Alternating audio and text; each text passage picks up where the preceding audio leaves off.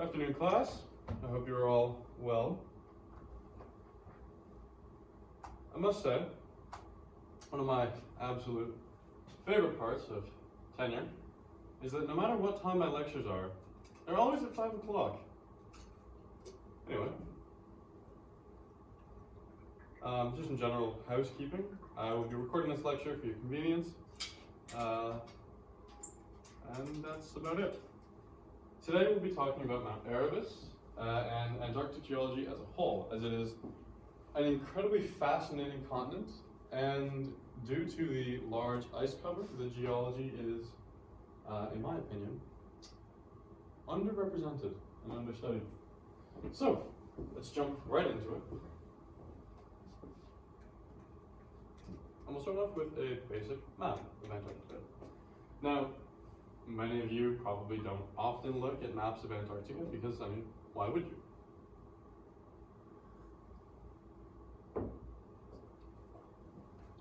So, we'll start off with a brief overview so you can get your bearings.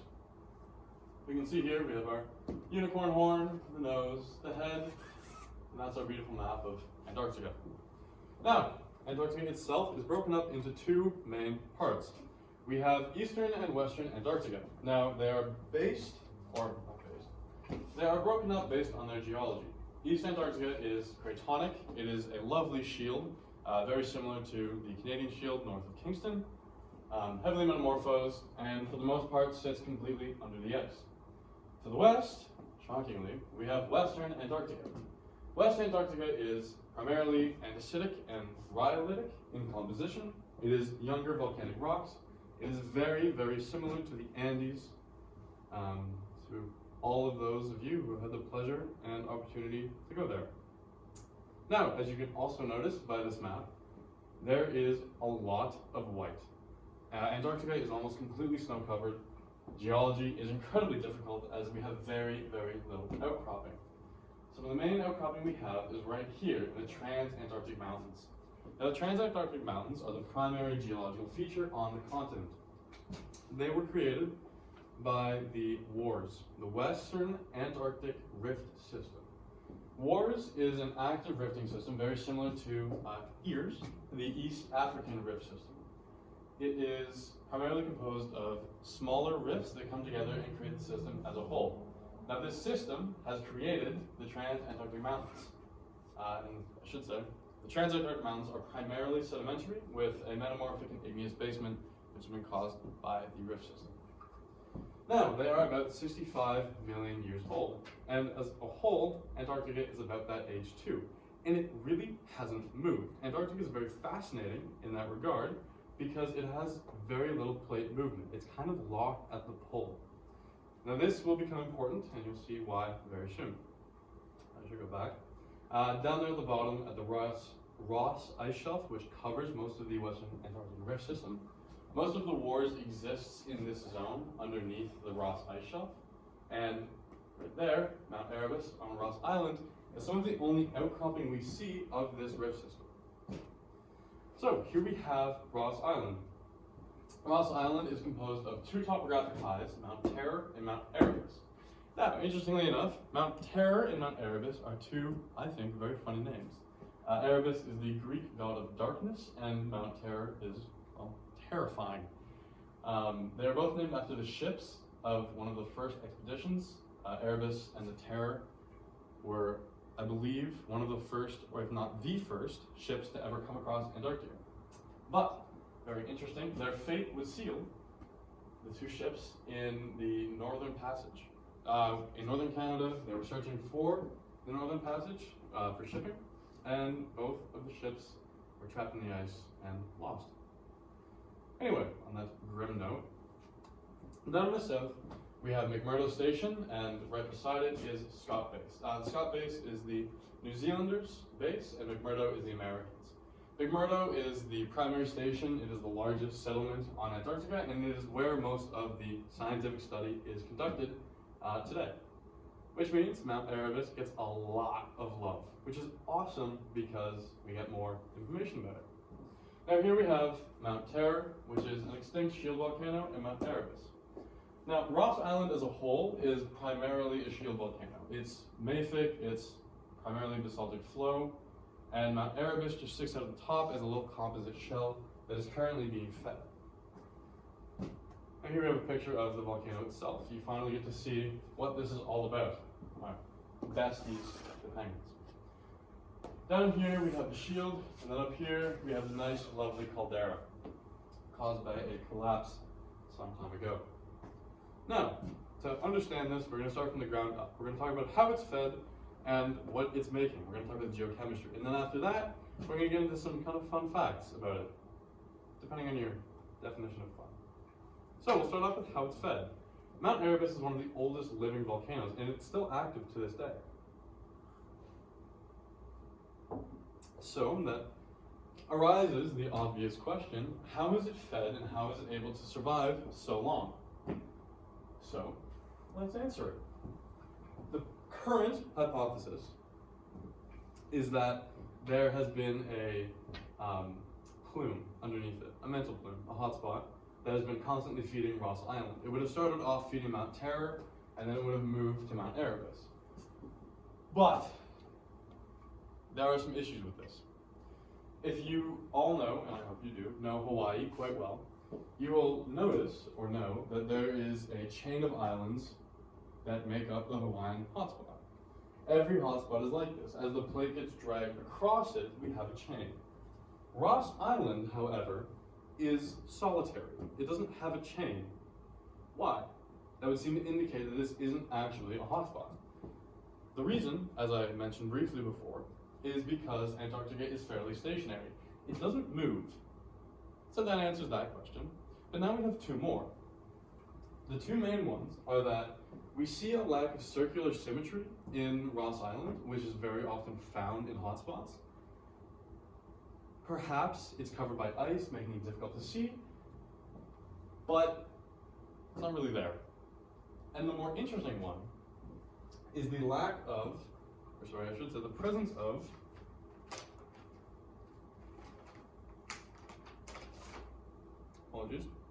the presence of post-extensional uplift.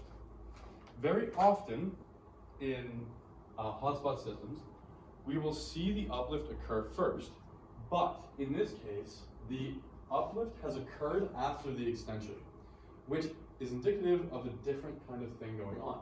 Mount Erebus isn't the most studied volcano in the world, as it is harsh and covered in ice, so for now, this remains an area of contention. The current hypothesis, and the one that I believe is easiest to grasp, is that there is a plume that is feeding this, as this diagram here shows. So now that we know how it's being fed, well, what does it make it? Let's talk about the geochemistry. This is a diagram you should all be familiar with. And I want to ask you the quick question, where do you think it lies in the QAP diagram? Are we making some lovely plagioclase rich, some feldspar rich, alkali feldspar rich, or is it quartz rich? What are we making here? What is cooking good looking? And by good looking, I mean the mountain, of course. Quick trick question. It's actually not making any of those things. The melt is incredibly silica poor, so we have a lack of quartz being produced. This leads us to creation of phonolite. Phonolite itself is a Foyd-rich cyanite, and it's very interesting. Mount Erebus is the only active volcano currently producing phonolite. And phonolite, I love it because it's also referred to as clinkstone. Because when you hit it, it makes a little clink, clinkety clack. It sounds like there's metal in it, but there isn't. It's just the structure of the rock that's making this noise. I wish I could get a sample of it, and unfortunately none were available. So, let's talk about other products. We see here, this is an Erebus crystal. The Erebus crystal, named for the volcano, as it is one of the 3 volcanoes in which these are found, is just a very large anorthoclase crystal found in and around Mount Erebus. We don't really know how it forms. We believe that it's in the magma itself, but it's hard to say. We don't really know. But we do know how they're transported to the surface. In big glassy bombs, they're shot right out of the volcano, and they land as these big, beautiful crystals. in these glassy bombs. And then they're left to weather and waste away in the Antarctic desert. Anyway, it's got some fun facts. So something very interesting about Mount Erebus is its gold content. Obviously, we're looking at volcanoes, we're human, we want money, we're going to look at gold. Mount Erebus actually has a very, very low gold ejection content. But it is because it is ejected in or as native gold. It's native gold crystals in the ash plume. Most other volcanoes, they would be paired with sulfur or oxides, and you end up getting this really, really interesting elemental gold crystallization in the ash plume. It's very fascinating. So that's one. The second one is our first summit. First summit was achieved in 1908 by the Nimrod expedition, which was the first British expedition to Antarctica, by some of these charming men here. And I would like to quote one of them. This was taken in 1908. This is a quote from David Mawson. Apologies. This is a quote from the geologist T.W. Edgeworth David, the geologist who climbed it, and I believe was the first in the line to ascend, but he was part of the first ascension party. He says, as he reached the crater rim, stood on the verge of a vast abyss, and at first could see neither to the bottom nor across it on account of the huge mass of steam filling the crater and soaring aloft. After a continuous loud hissing sound lasting for some minutes, there would come from below a big dull boom, and immediately great globular masses of steam would rush upwards to swell the volume of the snow-white cloud which ever sways over the crater. Meanwhile, the air around us was extremely redolent of burning sulfur. What a lovely place. Truly, and you'll see why I say this in a moment, hell. A not so fun fact, in 1979, a New Zealand flight 901, crashed into Mount Erebus, killing all 200 and I believe 57 on board. This was due to the fact that the pilots had never flown in Antarctica before, and were not used to the whiteout conditions that are experienced. Also, guidance issues. They believed that they were going over McMurdo Sound, and in certain conditions, you cannot differentiate the sky from the ground because it is all white. So they believed Mount Erebus was the Ross Ice Shelf, and by the time they figured out they were flying into the mountain, they had already hit it. Anyway. The reason why I say that it is truly a hellscape is because in 1992, NASA, in association with, I believe,